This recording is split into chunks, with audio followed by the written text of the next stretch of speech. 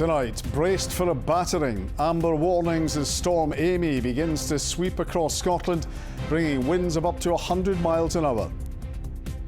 It's the first named storm of the new season. We've got power cuts, we've got widespread travel disruption. I'm in Ardrossan as Storm Amy closes in on the west coast. Also making the headlines, it's billed as possibly the best weight loss drug ever, but it hasn't yet been passed fit for human use. We hear from a woman approached to promote it in the black market. In sport, it's Europa League misery as Celtic lose at home before Rangers fall to another defeat in Austria.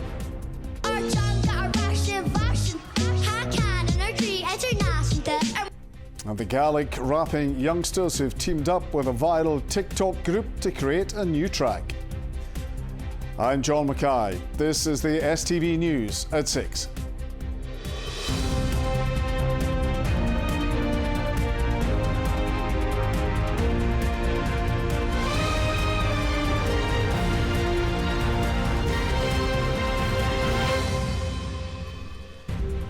Good evening.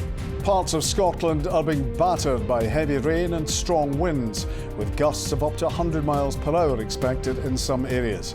Storm Amy has swept in from the Atlantic, already causing disruption to ferry sailings and on the roads. 2 amber warnings for strong winds in much of the Highlands, Argyll and Bute and Murray came into force at 5 o'clock and will last until 9 tomorrow night. 2 yellow warnings for heavy rain and wind are also in place across the country this weekend. Our political correspondent Ewan Petrie reports. The first signs of Storm Amy arrived in Ullapool late this afternoon. Ferry services have been cancelled as exposed areas in the northwest brace themselves for gusts of up to 100 miles per hour. Ferries also remain tied up on the routes between Cairnryan and Northern Ireland. And on the trains, some lines have closed, while speed restrictions are in place across the network. So that means in the central belt, most routes will remain open, but there will be disruption, there will be some cancellations and longer journey times. In the north, there are a number of routes that are closed from 6 p.m. tonight. The advice for anybody looking to travel over the weekend is take a look at the ScotRail website or the app so that you know what's happening. Both ScotRail and Network Rail have maintenance teams and engineers on standby to remove any obstacles that fall on the line. Their aim is to reopen these routes as quickly as possible and keep disruption for passengers to a minimum over the coming days. We really understand the frustration of passengers and we empathise greatly, but safety has to come first. And with the volume of wind speed and rain that we're expecting, for the safety of passengers, we have to put in these mitigations, which unfortunately will mean a close down of the line of route. This is the first named storm of the season, the third to hit Scotland this year. A red warning was issued for much of the central belt in January. But for now, Storm Amy remains at amber. Look at the Met Office website and continue to listen to media broadcasts, because that advice, I say, may change. I would urge everyone to consider whether or not their journey is required and needed, or can it be delayed until the weather conditions are seen to improve. The Forth Road Bridge closed this afternoon, while the Queensferry crossing remains open to cars. Further disruption is expected on the roads. The fallen trees will come into effect not just during the amber but also the aftermath as well. So there's going to be a phased return for normality. So don't expect as soon as the amber's off you can start getting in your car and driving about. That's not going to happen. We'll have resources out in the network clearing as we go. There are also warnings of potential power cuts and damage to buildings and homes as Amy sweeps across the country. Ewan Petrie, STV News. Sean is in Ardrossan at the moment where it seems Storm Amy is arriving. But Sean, this isn't even the peak of the storm yet. We are nowhere near the peak just now. I know some people are saying, where is the storm? Because the storm isn't actually here yet. She's just approaching the west coast. I've just heard that the whole of Islay is without power and it's not likely to be connected again until Monday. Other parts of Argyll and Bute, there's travel disruption everywhere.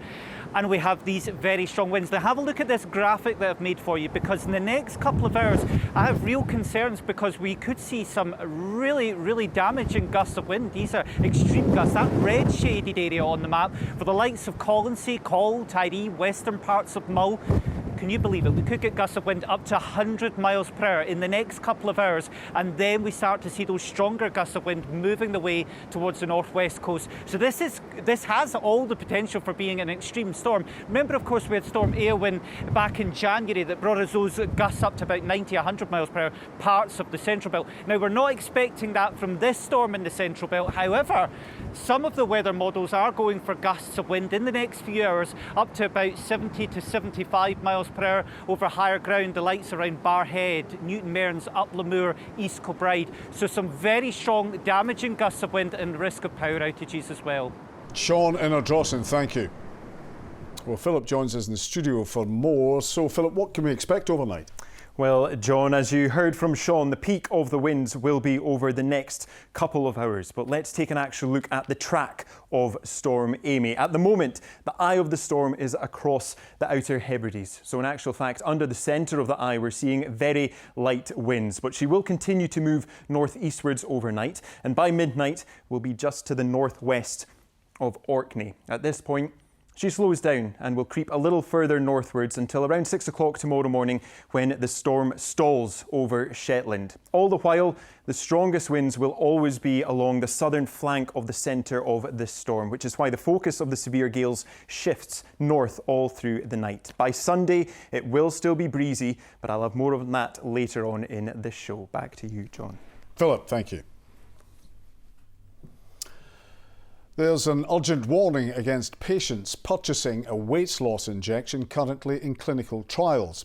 Once licensed, retatrutide could become the most effective slimming drug on the market, but it's not been approved for human use anywhere in the world. Despite this, the substance is being sold online and promoted by influencers on social media. Our reporter Amy Flett spoke to one woman who was illegally sold a weight loss jag and is urging others not to risk turning to the black market following rising costs. I was the smiley, bubbly, fat girl that, Ashley's a good laugh, but it was all a facade.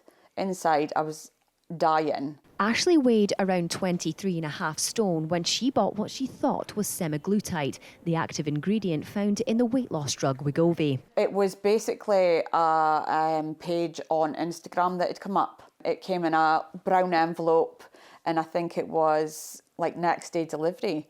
Realistically, it could have been anything. It could have been icing sugar, it could have been talcum powder, any kind of white powder. It could have been paracetamol crushed up. You just don't know. You're not thinking logically because you're in that desperate state of mind. Thankfully, Ashley had no adverse side effects from taking the substance and eventually stopped using it after finding it had no impact on her weight. She's now been on Mounjaro for almost a year and has lost 7.5 stone. But recently, she was contacted on TikTok asking her to use and promote a new weight loss drug called retatrutide in exchange for £30 per pen sold. Despite the drug not being approved for human use yet, she was assured by sellers it was genuine and that she'd be safe regardless. Unlike when I first used semaglutide bought through a dodgy channel, they do look really professional. They do look quite similar to your Wegovy, your Mounjaro. They come in a pen, they come boxed. The websites look professional. It's scary. Ashley turned down the offer, but the drug has become widespread online. We found a website claiming to sell this drug for anywhere between £150 and £340. Now, when I click on the cheapest option, a 20 milligram dose, the description says it's a pre-filled research device that's been produced for laboratory research only and not for human or veterinary consumption. Now, that's a huge contradiction to the videos I've seen on social media promoting this product for weight loss. And if I were to go ahead and place an order, I'm told it'll arrive in just 1 to 2 days. Sahar owns this online pharmacy in Glasgow. Since the price of Manjaro increased last month, she says she's seen a huge influx of people asking about retatrutide. It's been one of the common questions I get asked about recently over the last few weeks on, retatrutide. What are your thoughts? Do you have it? Once approved, it will be a prescription-only medication. So, what are they actually getting? Where is it coming from? Obviously, you have a huge risk that some patients could maybe take an overdose, maybe take less or more than what is actually intended. It's a huge worry. Luke is a criminology lecturer who studies weight loss drugs on the black market. His research suggests sellers are sourcing the drug in bulk from China. You could get vials of Reta for as cheap as £1.50 a vial if you're buying 10,000 of them.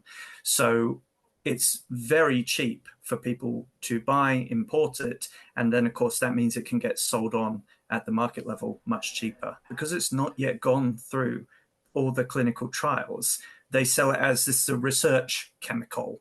So they kind of have that excuse of, well, it's not a scheduled drug and it's not a prescription-only medicine. We're selling it for research purposes. The clinical trials have not been completed, so we can't say that it's safe for the general population.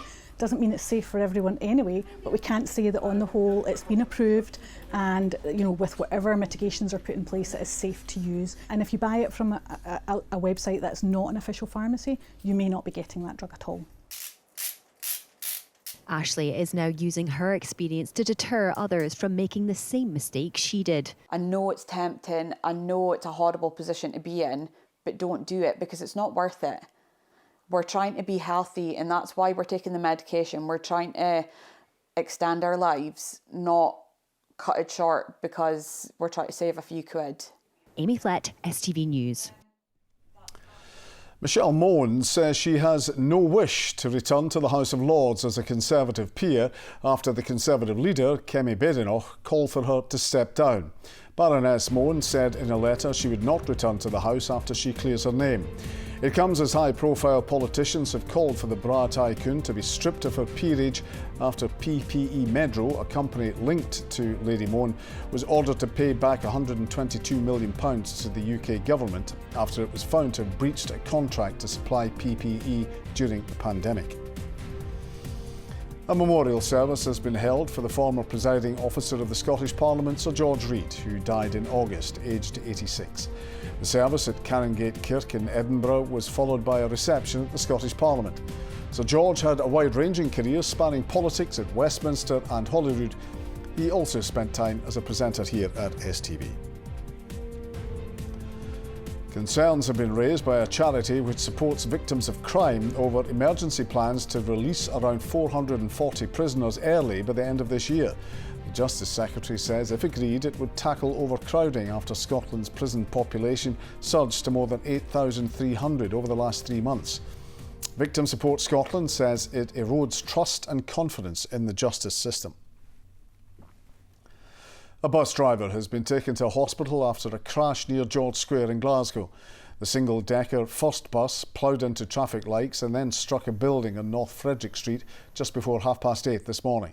Temporary traffic lights will be in place until a full repair can be carried out. First Bus says it's investigating the cause of the crash. Medieval remains of Glasgow's earliest suburbs have been discovered on the site of a new city centre housing estate. Archaeologists found wooden posts and pottery dating back to the 13th century AD during a dig on the Gaelic development. The former car park is due to be turned into social housing. Now, if you think weddings, you may think a special milestone that marks the beginning of a new chapter in life, and you may picture a traditional white wedding dress. In Glasgow's African community, they're a bit more colourful and offer a dazzling stage for designers with soaring demand for bespoke dresses to mark the big day. Our reporter Rahim Cham meets a French-Congolese woman bringing colour, culture and creativity to a grand African wedding. By day, she's a biotech sales manager, but her real passion is fashion designing. Belosine Musolu is French, with Congolese roots, who now calls kill-winning home. Her designs showcases African fashion against Scottish backdrops. I didn't study fashion at school. I studied biology, so nothing to do with that. I learned with YouTube tutorials. So to see how I went from just doing few stuff in my room to actually have clothes on the runway, mind-blowing. With Scotland's African community on the rise, so too is her clientele. I am Congolese, but I'm also French, and I live in Scotland. So all those elements bring that touch of Western fashion, but also still core and focused on African fashion. Today, she's creating the maid of honor's dress for a Congolese and Cameroonian wedding in Glasgow. Ooh, listen, at this point, fit over function. I'd rather look good than be able to breathe. When you feel good and you look good, you feel so confident, and confidence is a superpower. Like, yeah. In true African style, full of glam, color, and culture, Belusine's designs lit up the ceremony as the bride and groom made their entrance with a spectacular face-off.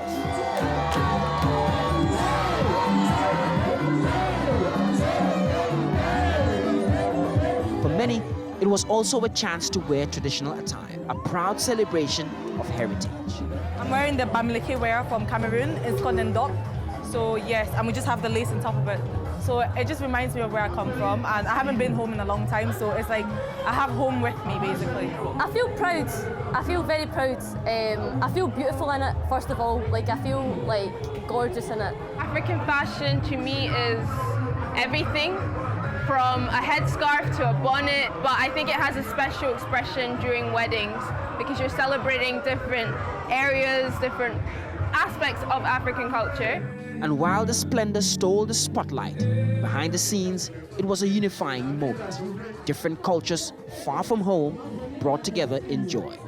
Raheem Cham, STV News, Glasgow.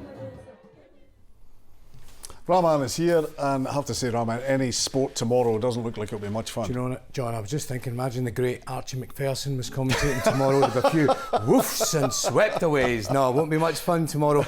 Wasn't much fun for Scottish teams in Europe last night. That's where we kick off our sport.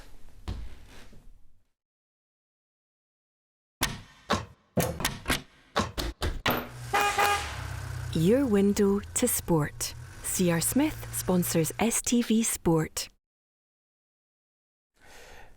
Good evening. It was a terrible night for Scottish teams in Europe as Celtic and Rangers both suffered defeats in the Europa League, while Aberdeen lost in the Conference League after going down 2-0 to Braga. Brendan Rodgers admits a lack of goals in his team is an issue, while Russell Martin says his players' mentality rather than his tactics is the problem, following their 2-1 loss to Sturm Graz. Ronnie Charters reports.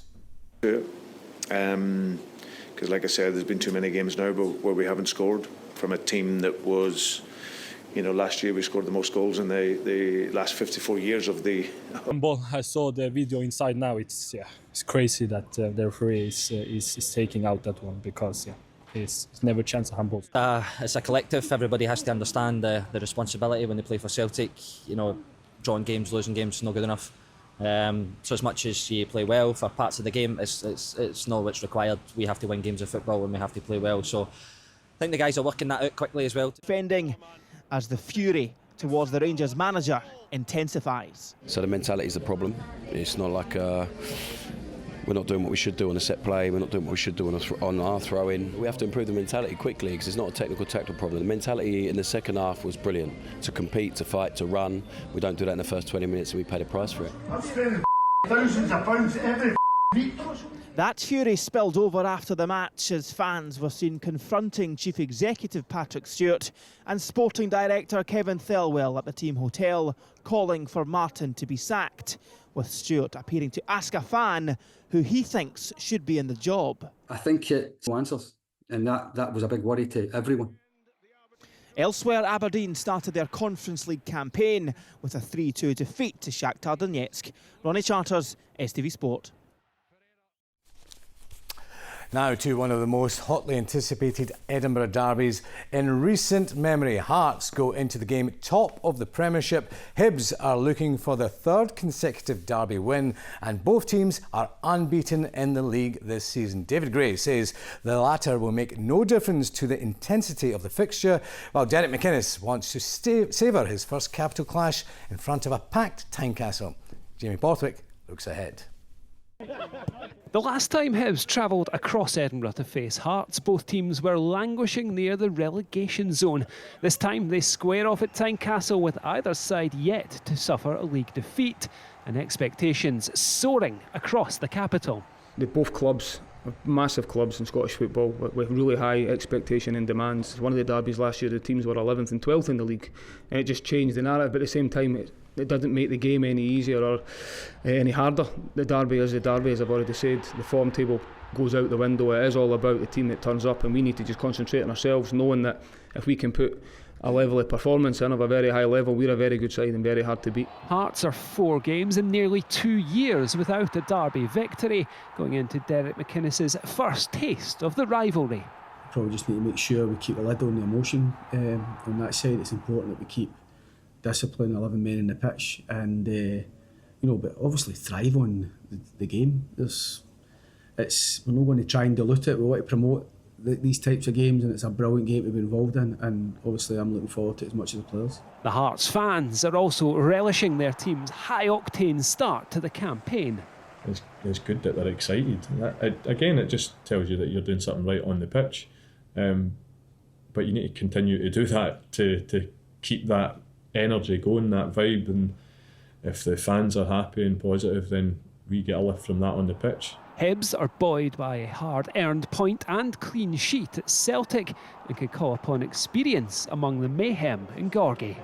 You can feel that, the atmosphere that it brings, and for what I've heard about this one, it's right up there. So really look forward to it. 2 teams with big aspirations, but the City bragging rights are the prize above all tomorrow night. Jamie Borthwick, STV Sport.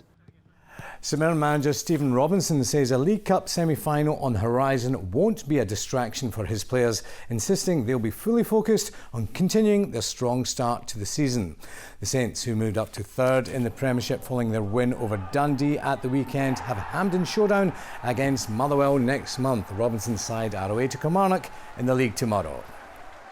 Can't focus on what's going to happen in 3 and 4 weeks' time. We might not be in a job in 3 or 4 weeks' time in this industry, so you have to concentrate on what's right in front of you.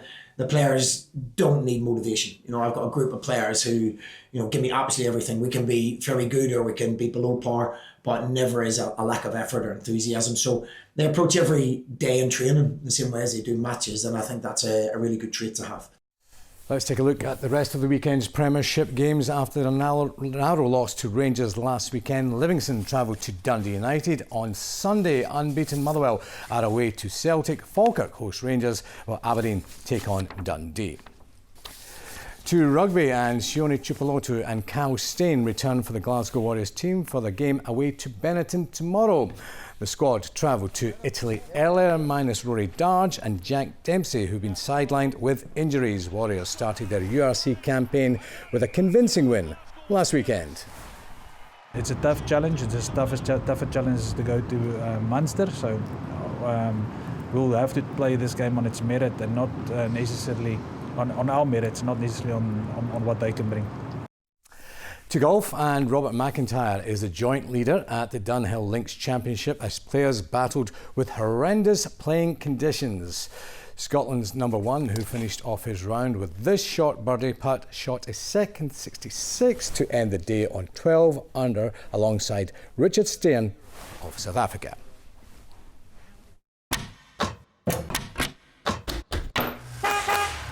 Your window to sport. C.R. Smith sponsors STV Sport.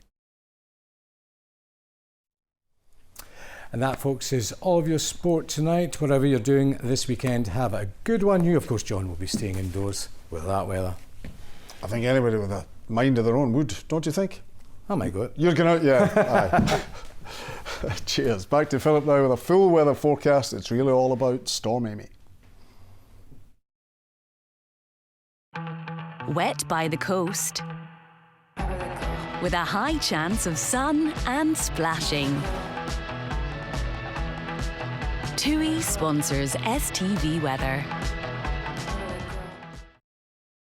Well, as we head through the rest of this evening and overnight, our primary concern is the strength of those winds. As Storm Amy tracks north and northeastwards, currently centred just to the northwest of the Western Isles. The strongest winds are always just on the southern flank of the centre of that storm. So that's where this amber weather warning is. Could be seeing gusts of around 95 miles per hour here. Elsewhere, we have a wider yellow weather warning in place for the strong winds. We'll be seeing gusts of 60 to 70 miles per hour through the central belt. As well as that, we're continuing to see rain piling in from the west. So a very wet, windy night to come. It does mean it will be a mild night too. Temperatures not dropping below 9 or 10 degrees Celsius in some spots. So looking ahead to tomorrow, many of us will still be waking up to those storm force winds. Those will continue throughout the course of the afternoon, gradually starting to ease by the time we get to Saturday night. These yellow weather warnings for rain and wind run out at midnight tomorrow night. We're continuing to see frequent showers feeding in from the north and west, some of those merging into longer spells of rain.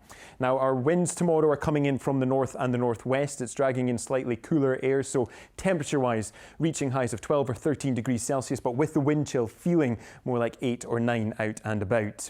Looking ahead to Sunday, another widely windy day to come to end the weekend. Not as extreme as tomorrow, however. There will be some sunny spells, particularly in the east. Later on in the afternoon, we see this next band of rain moving in, and that rain will be turning heavier. I'm back again over the weekend with more of your forecasts, so stay safe and stay up to date. Bye-bye. TUI sponsors STV Weather.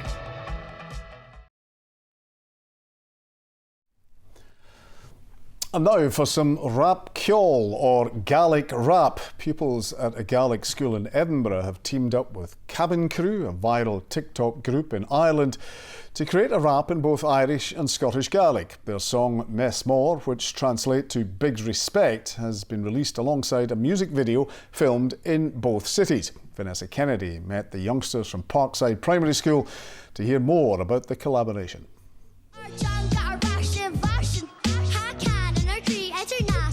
Two countries with a shared heritage. This song is a result of a unique blend of languages. Cabin Crew, Irish-based rappers who are already known for racking up millions of views across social media, have teamed up with young musicians from the capital. The two Gaelic-speaking groups connected through online writing sessions, eventually co-writing this rap track, which explores the theme of Edinburgh versus Cork, using a unique hybrid of the two languages. The differences of Gaelic and Gaeilge are similar but different. It was really fun meeting the Cabin Crew and learning everything about Cork. It was so fun, and it was just like, wow. The video was filmed across both cities. The Scottish group are part of Tinderbox Collective, which focuses on the creative arts. The aim of the collaboration was to explore the variations in language and culture between both versions of Gaelic. Even though we were not in the same place, we learned a lot about different cultures. It was a really fantastic cultural exchange. It really achieved what it was set out to do, which is get young people excited and interested about not only their own language, Gaelic or Irish, but also really interested in each other's language, finding it hysterical, the similarities and the differences and the funny turns of phrase that are between the two. And it's really like reinforced that connection. By writing and performing in Scottish and Irish Gaelic, these young artists are hoping that this collaboration will give a voice to what have historically been underrepresented languages and show the beauty of creative collaboration. Vanessa Kennedy, STV News Edinburgh. Well, that's it. Only one way to finish from all of us here. Thank you.